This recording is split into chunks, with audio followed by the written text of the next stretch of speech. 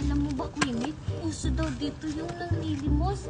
Tapos yung nanglilimos pala, isa pala siyang vlogger. Pag binigyan mo siya ng 20 pesos, bibigyan ka niya ng 20,000 pesos! Talaga ba, Mimay? Pag may nanglilimos talaga dito, bibigyan ko ng 100 para yung 100 ko magiging 100,000. Hindi, 100 lang. Sa akin, 1,000 pesos para maging 1 million pesos! Mauuto ko na naman si Mimay at si Queenie. Magkukunwari akong manlilimos. Palimos po!